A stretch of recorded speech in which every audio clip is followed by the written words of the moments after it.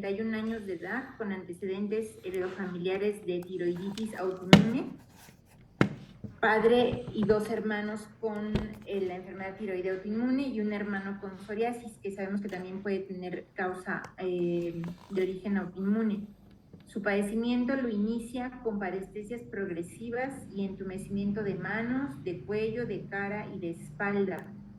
Progresa 6 meses después con espasmo carpopedial, tetania y dificultad para realizar ejercicio.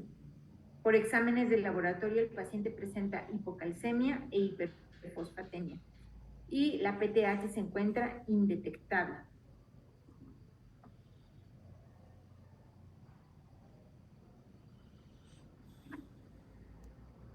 Entonces vayan viendo los datos. Después se le hacen estudios de laboratorio en donde tiene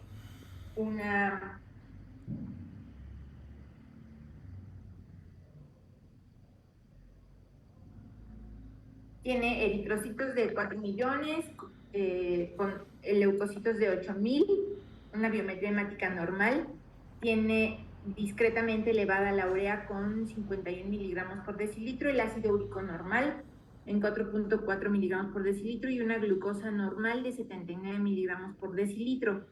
Las pruebas de funcionamiento hepático se encuentran normales y se le detectan anticuerpos anti-IgA, antitransglutaminasa, anti-IgA, antiendomisio y una hemoglobina total normal. El calcio sérico, que normalmente debe ser de 8.5 a 10 miligramos por decilitro, se encuentra en 6.8 miligramos, está bajo. El fósforo está alto, no debe ser mayor de 3.8 o 4 miligramos por decilitro, y el magnesio se encuentra normal. Tiene una electroforesis de proteínas asociada al estudio que se le hizo por la hipocalcemia, normal, con un sodio de 143, potasio de 4, cloro de 105, normal también, y tiene una calciuria en orina de 24 horas de 34 miligramos, o sea, no tiene calciuria, no lleva el calcio en orina, y el fósforo de orina de 24 horas es normal. La TSH, la hormona estimulante de la tiroides, se encuentra en 4, está normal, y tiene una fosfatasa alcalina ósea de 11, normal también. Y la hormona paratiroidea se encuentra en 6 picogramos por mililitro.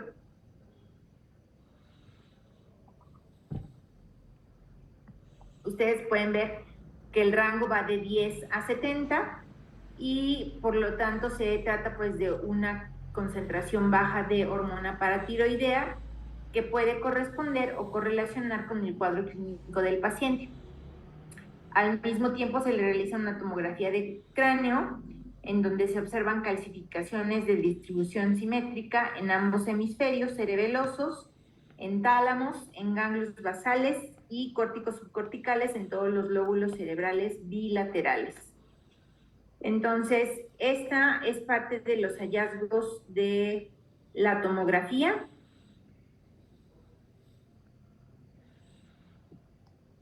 En donde se observan calcificaciones de los hemisferios cerebelosos.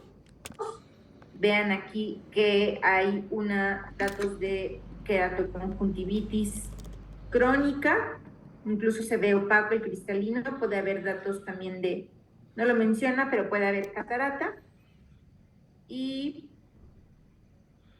vean, este es el signo de Trousseau. ¿Cómo se realiza el signo de Trousseau? ¿Alguien sabe?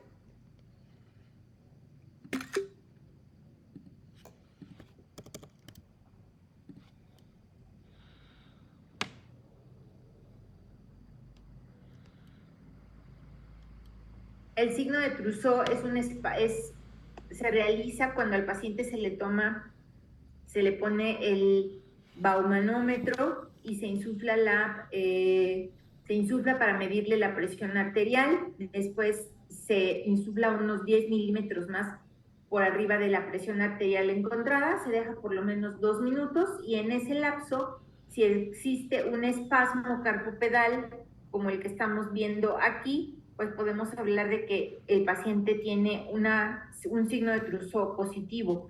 El signo de Trousseau positivo es sensible para hipoparatiroidismo, pero carece de especificidad, sin embargo, pues está presente en los pacientes.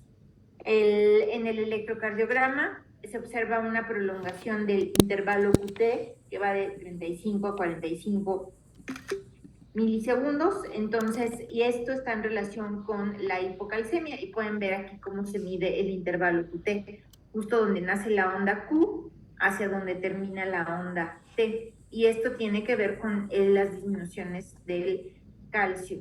Entonces, en la regulación de las concentraciones de calcio en sangre, pues tienen que ver varios mecanismos. Tienen la hipocalcemia y tienen la hipercalcemia, en donde en los casos de hipocalcemia, como vamos a ver más adelante en el metabolismo normal, tenemos que en el momento en que la hormona paratiroidea sensa que las concentraciones de calcio disminuyen menos de 8 miligramos por decilitro, se libera hormona paratiroidea que va directamente al hueso y ocasiona una resorción del calcio, y esto nos va a hacer que a nivel del riñón se active la vitamina D para que haya una adecuada absorción. Esto a la larga, si hay datos de hipocalcemia crónica en sangre, pues puede conducir a una osteopenia o a disminución de la densidad mineral ósea. Por otro lado, el mismo estímulo, un estado de hipercalcemia, que sería un problema de hiperparatiroidismo, en donde la causa principal es un adenoma productor de hormona paratiroidea, lo que tenemos es que el exceso de hormona paratiroidea, y recordando, como ya les había dicho, que los tumores pierden su capacidad de autorregulación, pues la hormona paratiroidea se encuentra permanentemente elevada, y esto condiciona que haya también una resorción ósea con descalcificación del hueso, la activación de la vitamina D y pues la elevación de sangre, la elevación de calcio en sangre. Entonces, dentro de las manifestaciones asociadas al hipoparatiroidismo tenemos un incremento de la excitabilidad neuromuscular. Por lo tanto, el paciente presenta tetania, calambres o conocidos como parestesias. Entonces, ustedes en la exploración física, cuando la redactan, pues no van a mencionar que el paciente tiene calambres. Lo que tienen que mencionar es que el paciente requiere parestesias. Parestesias periorales, que son de lo más común, parestesias en los glúteos, parestesias en los miembros inferiores, parestesias en los miembros torácicos, el espasmo carpopedal, si nosotros intencionadamente buscamos el signo de Trousseau, estridor laringio o convulsiones, el espasmo de los maceteros, que es el signo de Chebostek, que es otra de las manifestaciones, que también puede haber con el incremento en la excitabilidad neuromuscular. A nivel de las alteraciones mentales, pues el paciente puede variar desde una irritabilidad hasta una depresión o alucinaciones si las concentraciones de calcio van disminuyendo más. Dentro de los signos neurológicos puede haber hipertensión endocraniana, edema de papila, un síndrome parkinsoniano en casos crónicos o casos muy severos.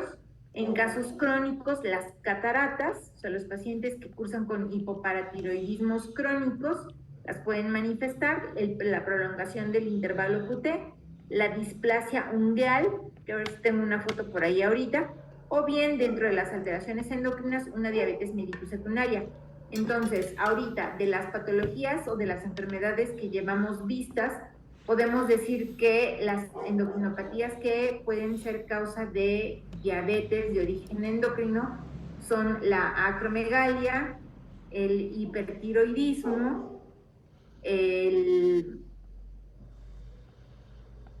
otra hemos visto? El hipoparatiroidismo, la misma resistencia a la insulina en el contexto del síndrome de ovarios poliquísticos, el feocromocitoma, el hipercortisolismo. Entonces ya tienen por lo menos 5 causas que pueden condicionar una diabetes mellitus de origen secundario. El hipoparatiroidismo no va a condicionar problemas de hipertensión arterial. La presión arterial puede estar normal, pero sí puede haber alteraciones en el electrocardiograma con prolongación del intervalo QT o una torsadez de Pons. Entonces, tenemos una alteración bioquímica potencialmente mortal que se asocia a frecuentes errores en el diagnóstico y tratamiento. Su prevalencia va calculada a un 18% en pacientes hospitalizados, un 85% en pacientes en cuidado crítico.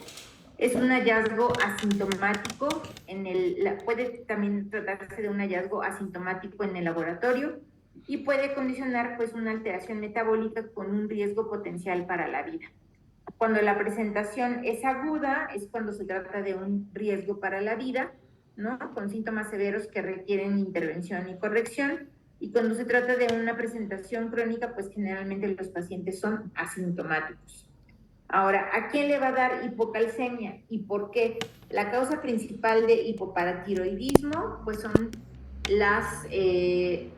las complicaciones en un postquirúrgico secundario a una tiroidectomía, en donde los pacientes pues se quedan prácticamente sin paratiroides.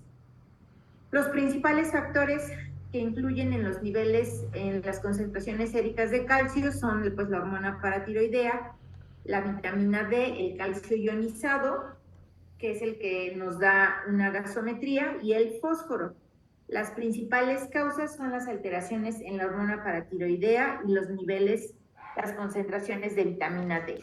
Es decir, la falta de vitamina D, ¿no? La deficiencia de vitamina D nos puede condicionar problemas también de hipocalcemia. Por lo tanto, la suplementación, como ahora está de moda, que la gente tome 5 o más suplementos al día, cuando la gente toma en exceso vitamina D, corre el riesgo también de tener una sobredosis y hacer un cuadro de hipercalcemia. Tienen ahí una imagen en donde tienen a las glándulas paratiroides.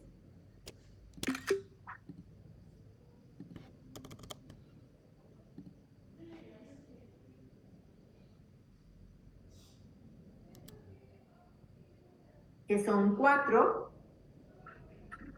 y cada una de las glándulas en las células paratiroides va a tener receptores sensibles al calcio, que son estos. Cuando bajan las concentraciones de calcio, esto se sensa a través del receptor y se libera la hormona paratiroidea. La hormona paratiroidea va a tener sus efectos sobre el hueso para producir una resorción ósea. Va a incrementar además la reabsorción de calcio a través del intestino, ¿no? Junto con el fósforo, y va a favorecer la activación de la síntesis de la vitamina D para incrementar la absorción de calcio a nivel intestinal. Entonces, en conjunto es como trabajan riñón, intestino y hueso. Entonces, tenemos aquí que en presencia de hipocalcemia, pues lo normal es que haya una secreción de hormona paratiroidea, lo normal para que esta hormona paratiroidea favorezca la reabsorción de calcio en riñón, la activación de la vitamina D a través del intestino, del riñón y del intestino para convertirla en la 1,25 dihidroxivitamina D, y la activación de los osteoclastos para favorecer la resorción ósea, y a nivel del tracto gastrointestinal favorecer la absorción de calcio. Por otro lado, en el hígado, que es donde se sintetiza la vitamina D, pues tiene que pasar hacia el riñón para que entonces ahí se dé la activación a la forma activa, que es la 1,25 dihidroxivitamina D.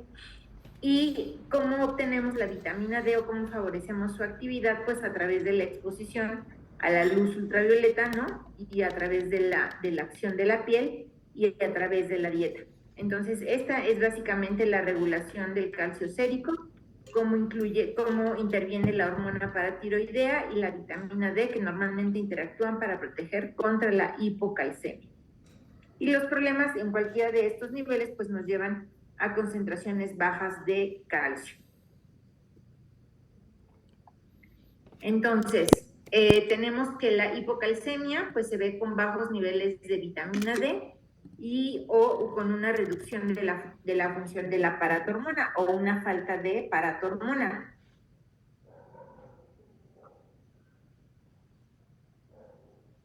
¿Cómo se manifiesta la hipocalcemia?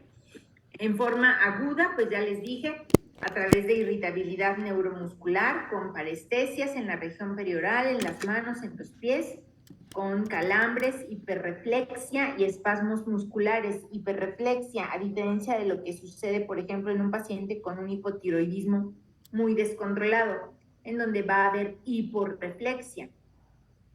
Irritabilidad, depresión, síntomas psicóticos, en casos severos laringoespasmo y crisis epilépticas, tetania, a nivel cardíaco la angina, el QT prolongado, el desarrollo de una insuficiencia cardíaca congestiva o síncope debido a alteraciones en la contractilidad o en la conducción y pues papiledema. Las manifestaciones crónicas, es decir, cuando el paciente anda con calcios entre 7, 8, o sea que no alcanza los valores óptimos, pero tampoco tiene valores tan bajos como para ocasionarle un riesgo a su vida, se presenta la calcificación de ganglios basales, los signos extrapiramidales, un parkinsonismo, demencia, la presencia o desarrollo de cataratas subcapsulares, y cambios en la piel. En el examen clínico neurológico pueden encontrarse además signos de tetania latente, como el signo de Chebostek. El signo de Chebostek es la percusión del macetero. El macetero, cuando lo percuten simple y sencillamente con el dedo, ¿no? Con una percusión gentil, 2 centímetros por delante del trago, a nivel de la cara, y que está presente en el 1 al 4% de los individuos sanos y en el 94% de los pacientes con hipocalcemia verdadera. O el truso o los espasmos carpopedales. Entonces vean, este es el signo de Trousseau, la hiperreflexia que pueden presentar los pacientes, la tetania, ¿no? Cómo se pueden encontrar los pacientes, el laringoespasmo, aquí con oclusión de las cuerdas vocales y obviamente pues un riesgo de asfixia, el signo de Chebostek, ¿no? Que es lo que les dije, la percusión gentil con el dedo, 2 centímetros a nivel del trago, 2 centímetros por delante, con una contracción del macetero que va a condicionar una desviación de la comisura labial hacia el lado en donde ustedes están percutiendo, la prolongación del QT y la presencia de papiledema.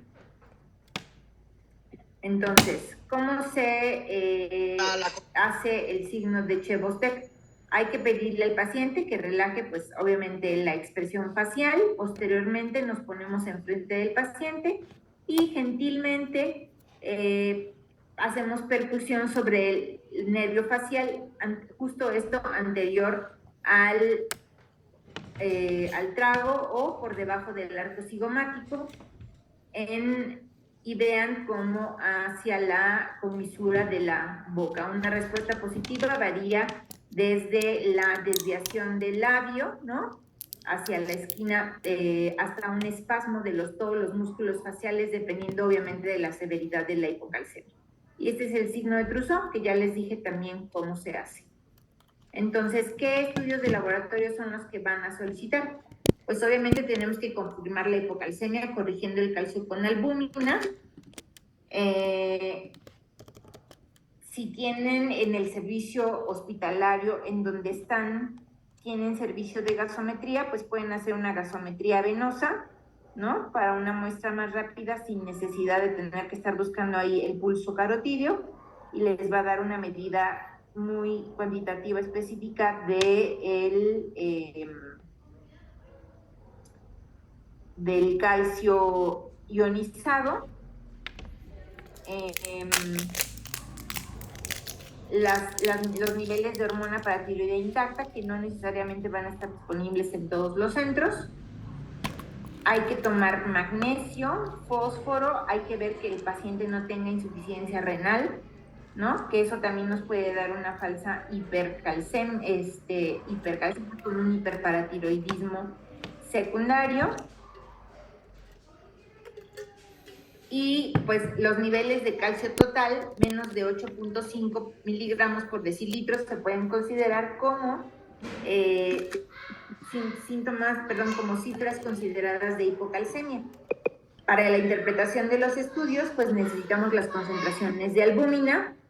La literatura dice que se reduce por cada disminución de 1 gramo por decilitro de la albúmina sérica, o sea, esto aplica para los pacientes con hipoalbuminemias, pacientes con desnutrición, pacientes con hepatopatías, pacientes con cáncer y desnutrición, pacientes con síndrome nefrótico, por ejemplo. Cada gramo por decilitro de albúmina que se disminuya, esto va a reducir 0.8 miligramos por decilitro el calcio total, sin que se afecte el calcio ionizado o libre, sin producir signos o síntomas de hipocalcemia. El calcio debe ser corregido a la luz de los niveles de albúmina. Entonces tienen ahí la fórmula para la corrección del calcio. ¿A quién le vamos a corregir calcio? Pues a los pacientes en los que encontremos que tienen hipoalbuminemia. Entonces, si el paciente, por ejemplo, el del caso clínico, ¿cuánto de calcio tenía?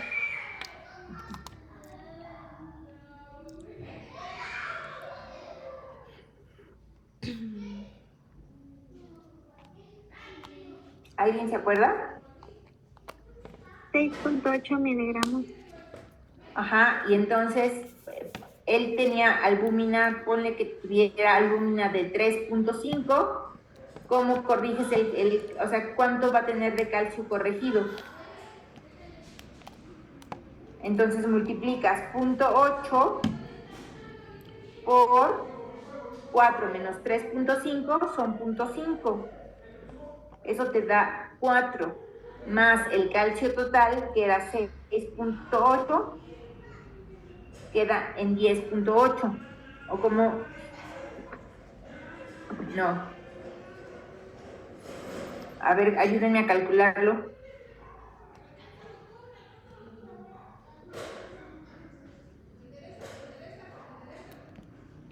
Queda en 7.2.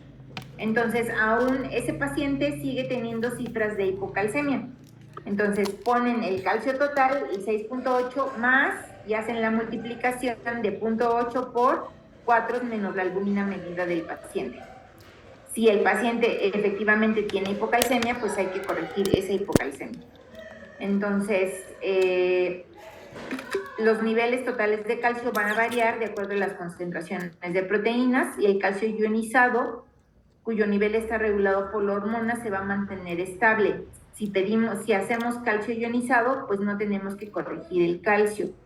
Si tenemos un calcio sérico, sérico de una muestra de sangre venosa, hay que hacerle una corrección. Si los pacientes tienen sobrecarga de volumen o tienen una enfermedad crónica o tienen síndrome nefrótico, pues las proteínas séricas van a estar reducidas y el calcio plasmático total también puede estar bajo, pero aún así el calcio ionizado puede ser normal. Esto se conoce como pseudohipocalcemia, entonces sí es muy importante medir el calcio ionizado.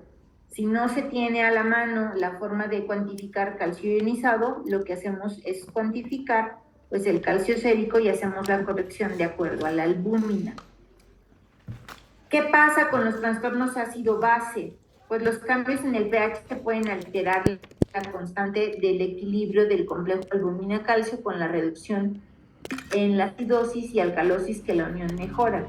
Entonces, el calcio ionizado debe ser realizado, sobre todo si hay una alteración ácido-base. Entonces, las principales hormonas que van a regular el calcio son la hormona paratiroidea y la vitamina D, a través de los efectos sobre el hueso, el riñón y el tracto gastrointestinal. Hay el receptor sensible al calcio que se encuentra en la glándula paratiroides, es el que normalmente nos va a ayudar a mantener el equilibrio del calcio en sangre. Si no tenemos paratiroides, no tenemos este receptor sensible a calcio, y por eso los pacientes hacen crisis de hipoparatiroidismo o crisis de hipocalcemia. Recordar que estos receptores sensibles a calcio se encuentran en el asa de Henle, ¿no? Y lo que van a hacer pues es estimular la expresión renal de calcio. La PTH intacta en suero nos va a dar información respecto al paciente y se debe interpretar correctamente. Entonces sí es importante corroborar que en el laboratorio, y afortunadamente actualmente ya la mayoría de los laboratorios cuentan con la forma intacta de la PTH. ¿Cuál es el estímulo principal para que se secrete hormona paratiroidea? La hipocalcemia. Si no hay paratiroides y el paciente no tiene una ingesta adecuada de calcio, pues va a tener datos de hipocalcemia, y esto lo puede llevar a tener una crisis de hipocalcemia y a requerir acudir a urgencias.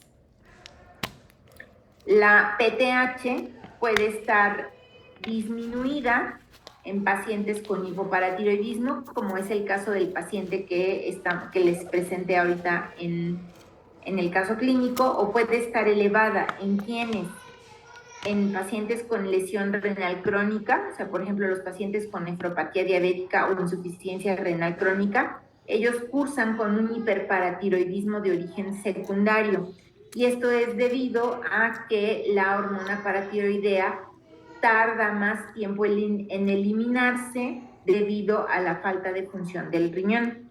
La falta de vitamina D nos puede hacer que la PTH se eleve, y esto también nos puede dar un falso hiperparatiroidismo, ¿no? Y en los casos de hipomagnesemia puede estar normal o baja, o en la hipocalcemia autosómica dominante.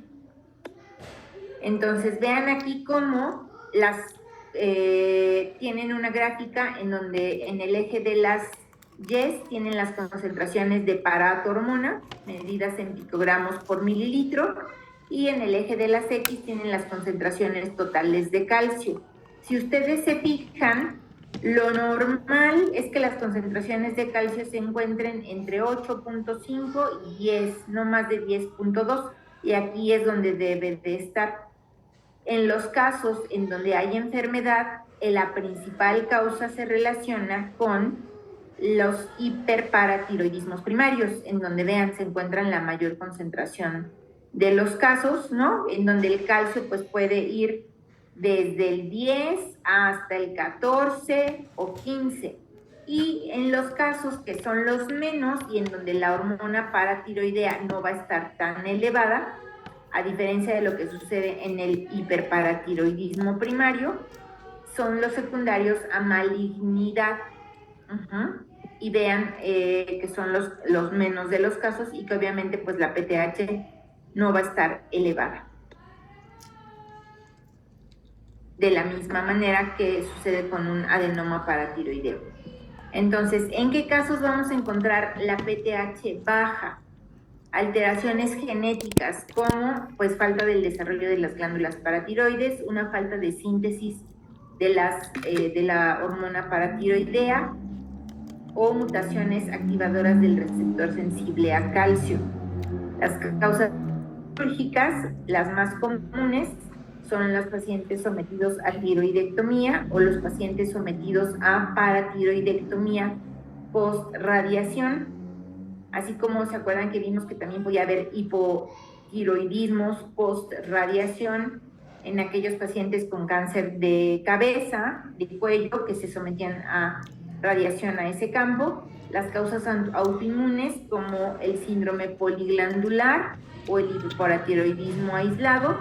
El caso que les estoy presentando se trata de un paciente con un probable síndrome poliglandular, en donde tiene ya evidencia por heredofamiliares de papás y hermanos con hipotiroidismo con antecedentes de tiroiditis, y ahora él está debutando o está haciendo su primera manifestación de una enfermedad autoinmune con hipocalcemia. Las causas infiltrativas, las causas por radiación, un síndrome de hueso hambriento o incluso la infección por VIH. Entonces, los casos de hipocalcemia, es decir, de bajas concentraciones de calcio con PTH baja, son los más frecuentes, son los pacientes con hipoparatiroidismo postquirúrgico. Y de los más frecuentes, pues los que se someten a tiroidectomía, ¿no? Puede ser transitoria o puede ser permanente. Transitoria ocurre en el 20% de los pacientes y generalmente es no más allá de 3 meses. Permanente, si después de 3 meses de la cirugía el paciente continúa con requerimientos de calcio, podemos hablar de que el paciente ha quedado con cuadro de hipoparatiroidismo. O intermitente, que es lo menos frecuente. El síndrome de un síndrome de hipoparatiroidismo con PTH baja e hipocalcemia transitorio puede ocurrir en una postparatiroidectomía, puede ser transitorio y puede estar en relación con el hueso hambriento, es decir, en donde los requerimientos del calcio en el paciente en forma crónica no se han cumplido como debe decir, es decir, que la ingesta de calcio por parte del paciente es baja. ¿Cuáles son los alimentos que más calcio tienen?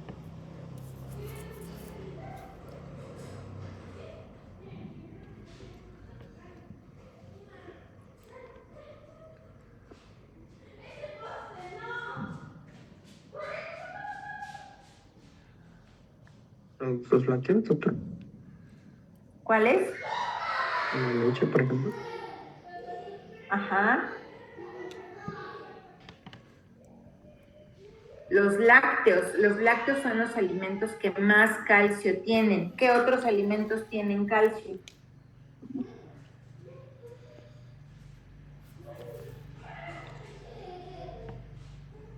Pues pudiera ser también el salmón. Los pescados y los mariscos. Y de los pescados, pues el salmón no es de los que más calcio tienen. Son los charales, por ejemplo, los boquerones, los mariscos, las sardinas. Ellos tienen más concentración de calcio. ¿Qué otros alimentos son ricos en calcio? Porque eso también toca como parte de las recomendaciones en la menopausia para la paciente o en el embarazo, que son condiciones en donde en la mujer hay un incremento en los requerimientos de calcio. No pueden ser el brócoli y las espinacas. ¿Qué otros alimentos? Las yemas del huevo. ¿Qué otros alimentos? El ajonjolí, la chía y las almendras. Las leguminosas, las oleaginosas, que son las que está mencionando su compañero, o sea, por grupos de alimentos. Y dentro de las frutas y las verduras, ¿qué alimentos son ricos en calcio? Pues los frijoles, garbanzos, brócoli, como ya había mencionado. Los frijoles ya dijimos porque esas son las leguminosas. ¿Qué frutas y verduras que no sean oleaginosas tienen calcio? Naranja, limón. Pues el limón no tanto. Básicamente la naranja, los higos y el brócoli que ya habían dicho por ahí, y las hojas verdes. La grenetina. Sí, seguramente han escuchado de gente que les recomienda comer grenetina, ¿no? Y la de la gelatina, porque ahí van a tener calcio y no sé qué tanto. Entonces, estas son las causas asociadas a hipoparatiroidismo autoinmunes, como en la presencia de anticuerpos contra el receptor sensible a calcio, en el síndrome poliglandular autoinmune, en el poliglandular autoinmune tipo 1, en donde se asocia con candidiasis mucocutánea, insuficiencia adrenal, o cuando hay una destrucción de la glándula por irradiación o enfermedades de depósito, infiltrativas, sarcoidosis, tuberculosis o infecciones por VIH, o en un desarrollo normal de la glándula paratiroides, como los defectos genéticos ligados a X, o los hipoparatiroidismos autosómicos recesivos, o las mutaciones en el factor de transcripción GCMB o en el síndrome de George. Eso es cuando hay hipoparatiroidismo en el contexto de una PTH baja.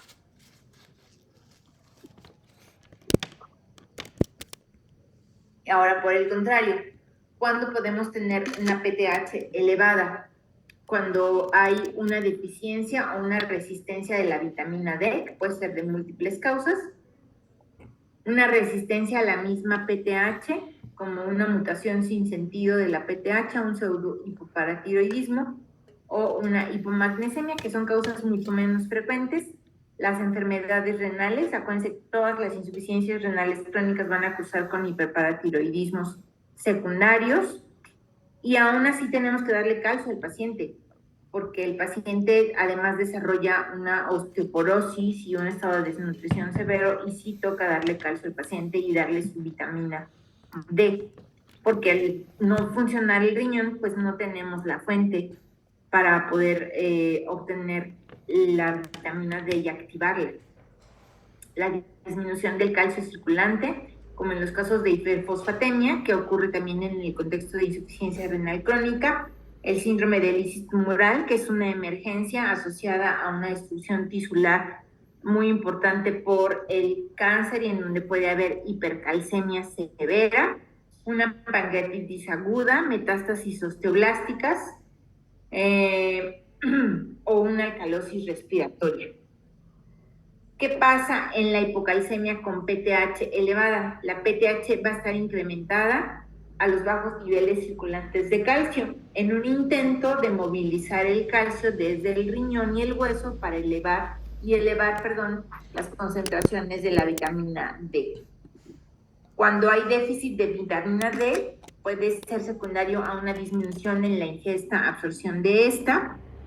Puede ser secundario a una reducción en la exposición a la luz ultravioleta, o puede ser una disminución de la 25-hidroxilación. Enfermedad crónica, por una disminución de la producción de la forma activa de la vitamina D, o por hiperfosfatemia. Entonces, estos son casos más raros, resistencia a la hormona paratiroidea, en donde la hormona paratiroidea no responde, o más bien los tejidos no responden a la hormona paratiroidea, y entonces pues van a encontrarse elevadas concentraciones de hormona paratiroidea en sangre, con niveles o concentraciones elevados de fósforo y concentraciones bajos de calcio. Y esto puede ser secundario a una mutación en la proteína GNAS, que codifica para la SAG.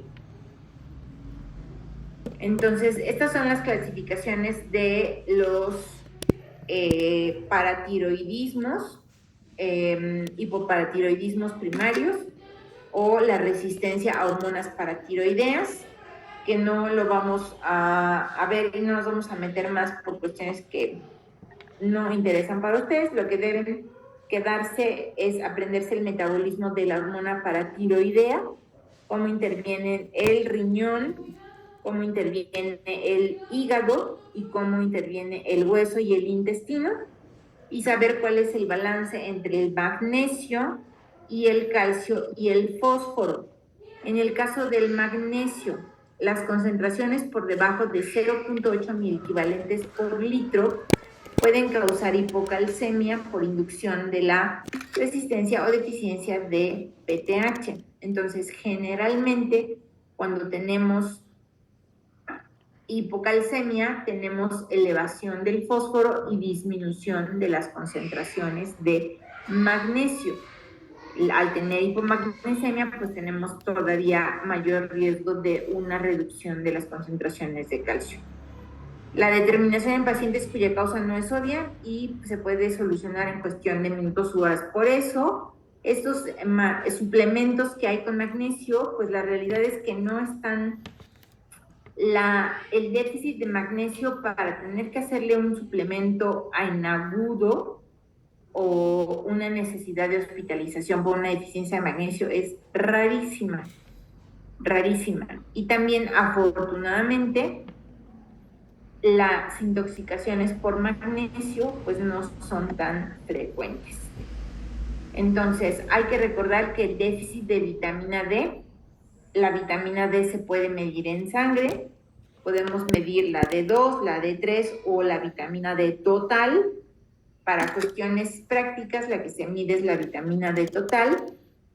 Y su déficit va a incrementar la secreción de PTH en el momento, y eso nos puede ocasionar un falso hiperparatiroidismo.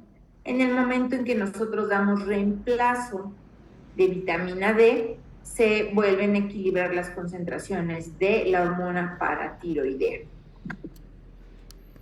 Entonces tienen aquí la hormona paratiroidea, el calcio corregido, el fósforo, el magnesio, las concentraciones de vitamina D, las concentraciones de la vitamina D activa y la creatinina. Entonces, ¿qué es importante que ustedes sepan?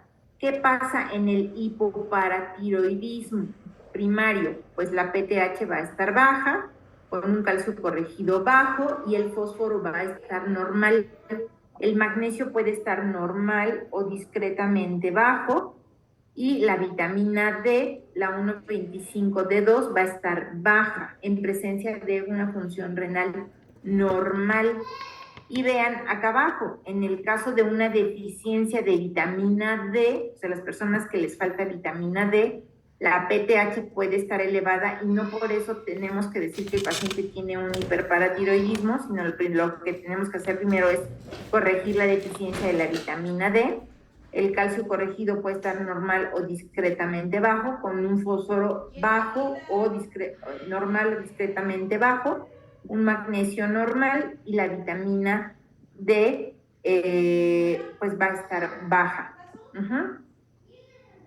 Y en el caso de la insuficiencia renal crónica, vamos a tener que la PTH va a estar elevada, con un calcio corregido bajo, el fósforo elevado, y la creatinina va a estar elevada, con las concentraciones de vitamina D por debajo del rango. Entonces, ¿qué medicamentos podemos utilizar para los pacientes que tienen hipercalcemia? Los bifosfonatos, o la calcitonina, o los quelantes de calcio, o el foscanet, o el flafenitoína. Eso es para el hiperparatiroidismo. Ahora, aquí tenemos un diagrama que nos habla sobre, otra vez, la hipocalcemia. Tenemos que ver, cuando un paciente tiene hipocalcemia, lo que tenemos que buscar son las concentraciones de hormona paratiroidea. Si las concentraciones de hormona paratiroidea están bajas o normales, nos vamos a ver el magnesio. Si el magnesio está bajo, podemos pensar en una deficiencia de magnesio, y podemos pensar en un hipoparatiroidismo, ¿no? O bien la hipocalcemia, la hormona paratiroidea alta. Si la urea y la creatinina están elevadas, podemos encontrar que se trata de una insuficiencia renal. Si medimos las concentraciones de vitamina D y estas se encuentran normales, podemos hablar de un pseudo hipoparatiroidismo, o si se encuentran bajas, de una deficiencia de vitamina D. ¿Y cuál es el manejo de los pacientes con hipocalcemia que llegan a urgencias? Pues el calcio intravenoso. Eso no les va a tocar a ustedes.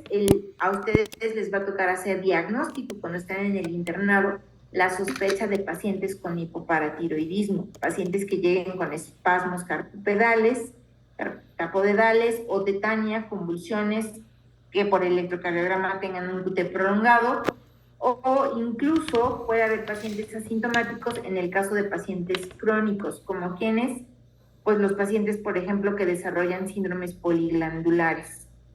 ¿Y a quién le vamos a dar calcio oral? A los pacientes que tienen síntomas leves, y en quienes el calcio se encuentra por arriba de 7.5, tomando el rango normal para calcio entre 8.5 y 10 miligramos por decilitro.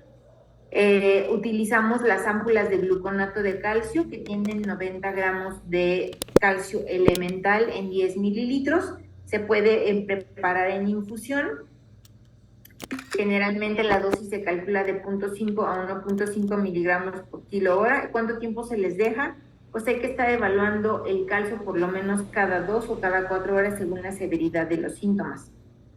Y se pueden quedar con la infusión hasta 12 o 24 horas, dependiendo también de la severidad de los síntomas y de cómo se vayan corrigiendo estos. Y se puede dar un bolo de 1 o 2 gramos de gluconato de calcio, diluidos en 50 mililitros de solución dextrosa al 50%, pasar en 10 a 20 minutos, pero ojo, esto es de cuidados, esto no lo pueden indicar y no observar qué pasa. Si van a hacer una corrección aguda de calcio es porque el paciente está teniendo síntomas severos, como como datos del QT prolongado, con datos de insuficiencia cardíaca, datos de bajo gasto, y entonces tiene que estar en una terapia intensiva y el paciente en el momento de la corrección aguda de calcio tenemos que vigilar el monitor pues para verificar que efectivamente se corrijan las arritmias y que no empeore la situación hemodinámica del paciente. Cuando hay hipomagnesemia concomitante, pues se puede agregar 2 gramos de sulfato de magnesio en una solución al 10%. Se puede continuar con la infusión hacia 1 hora.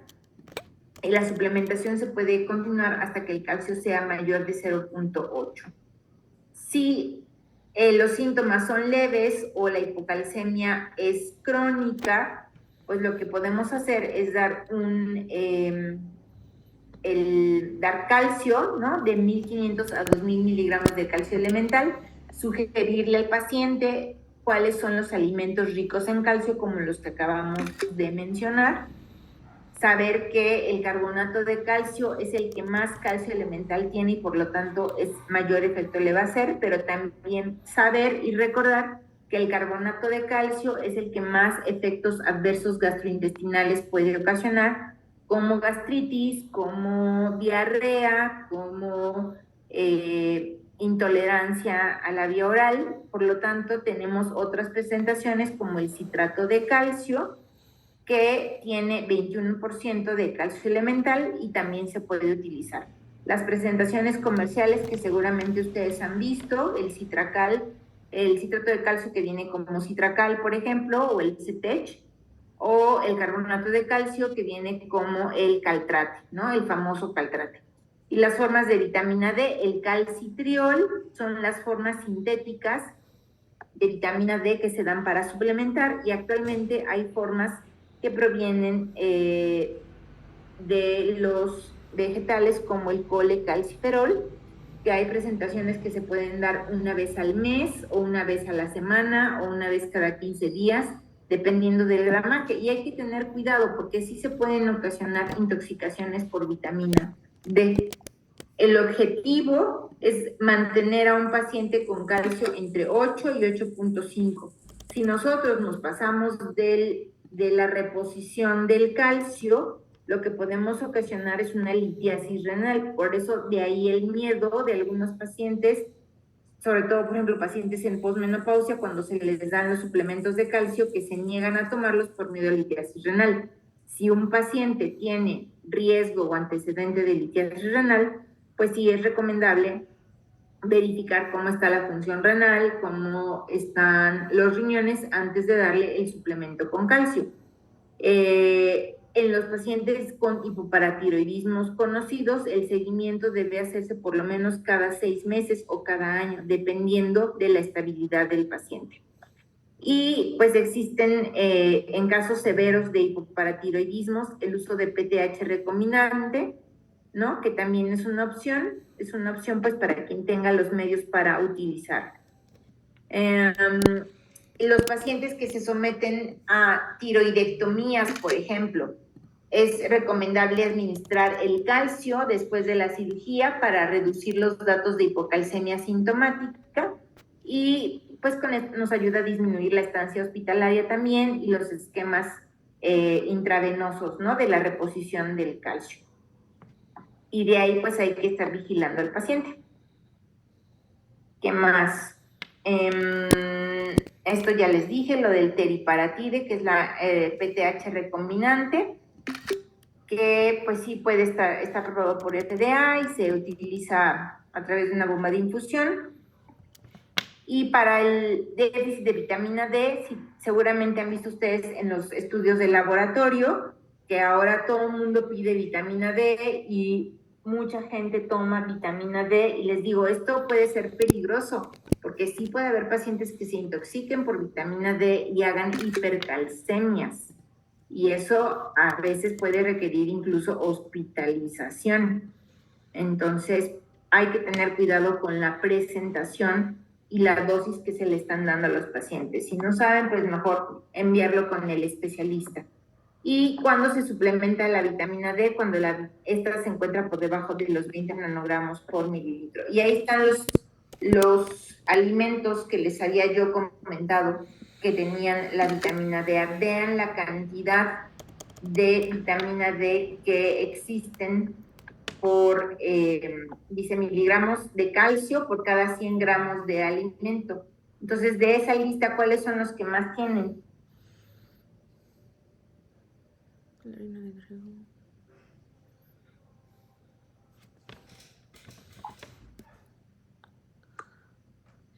Pues el queso, ¿no, doctora? Los productos lácteos, los quesos, pero vean quesos duros. Si el paciente tiene dislipidemia, por ejemplo, pues hay que tener cuidado con lo que le vamos a recomendar que consuma como parte del suplemento de calcio. Igual, si tiene hiperuricemia, pues no podemos a lo mejor recomendarle la ingesta de mariscos. Entonces, sí es importante que conozcan cuáles son los alimentos que tienen calcio. Es importante que sepan que igual el arroz tiene calcio, las tortillas tienen calcio, pero no por eso el paciente se va a llenar de tortillas.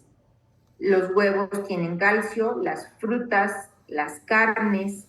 Siempre hay que individualizarlo de acuerdo a las condiciones y a las características de cada paciente. Y eso sería básicamente en cuanto a la presentación de este hipoparatiroidismo. Para terminar, les voy a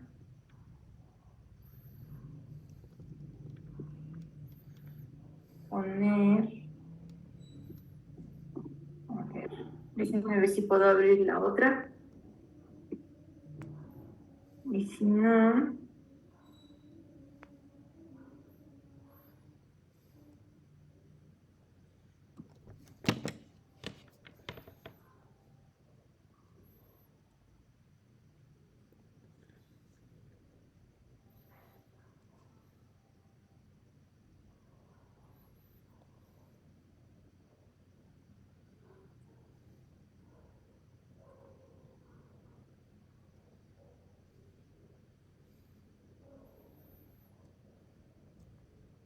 entonces el examen es la próxima semana, jóvenes. Sí, doctora, el viernes. Ok. Emily, ¿nos puedes decir cuáles son los temas que van a cubrirse en el examen? Pero voy, doctora, déjenlos vos.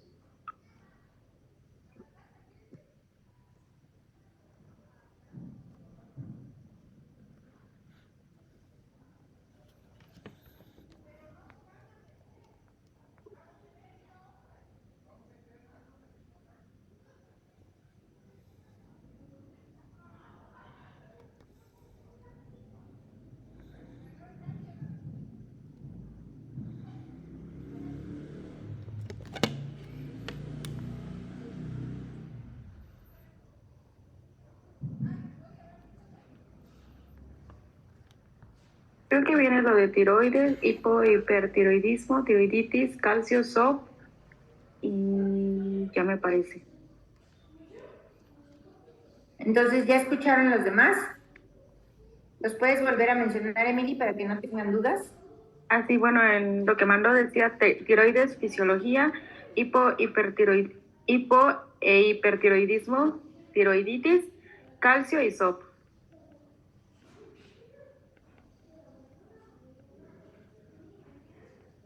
De pronto puede venir alguna pregunta de rescate de los temas anteriores, entonces para que lo tomen en cuenta.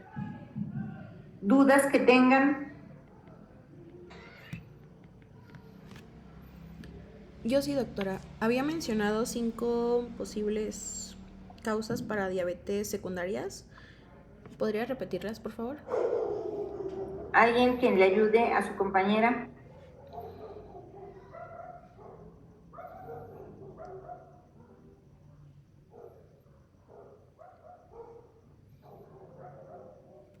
Me refería a las de las enfermedades que ya hemos visto, era acromegalia, hipertiroidismo, síndrome de ovario poliquístico, hipercoltirolismo y la que acabamos de ver ahorita, ¿Cuál? hipoparapituitarismo. ¿Hipo qué? Hipoparapituitarismo. No. ¿Cómo se llama el tema que vimos hoy? Hipoparatiroidismo, ¿no? Perdón, hipoparatiroidismo. Hipoparatiroidismo. El hipopituitarismo no incrementa el riesgo de diabetes. ¿Qué es el hipopituitarismo? No se me ocurrió.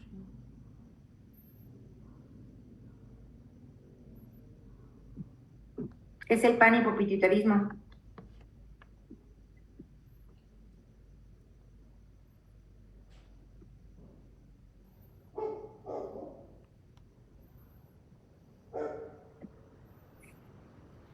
Jóvenes.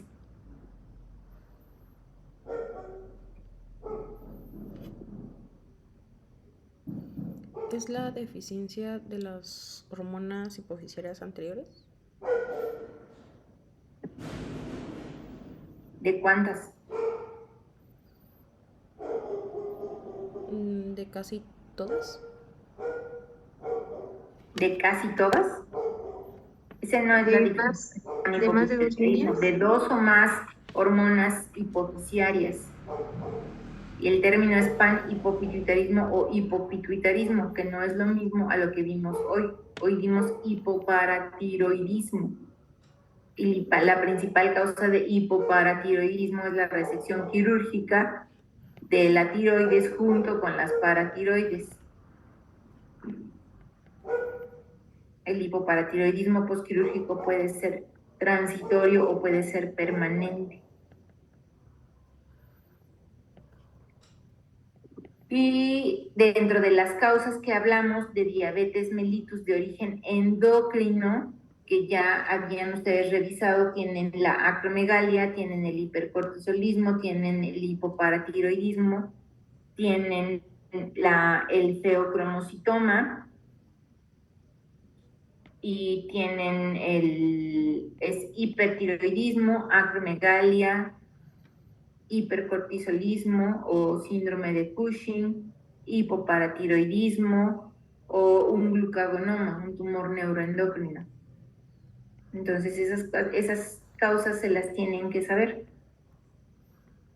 Y lo mismo para hipertensión endocrina. Entonces, nos vemos la próxima semana. ¿Para cuándo tienen programado su examen? Para el 24, doctor.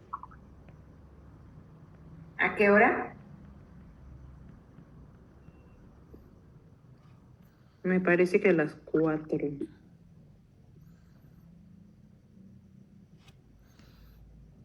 Ok, entonces nosotros nos vemos en la noche, podemos revisar el examen y damos paso al siguiente tema. ¿Qué tema nos toca ver? Menopausia, doctora. Ok, entonces vemos menopausia, luego nos faltaría nada más hipertensión de origen endocrino, que ya se saben la mayoría de las causas, y ya de ahí nos quedarían solamente los temas de diabetes. ¿Sale? Entonces nos vemos la próxima semana. Si tengo oportunidad, les paso algunos tips para el examen para la siguiente semana. Que estén bien, cuídense mucho, hasta luego. Gracias, doctora. Gracias, doctora. Hasta luego. Gracias, doctora. Gracias, doctora. Gracias.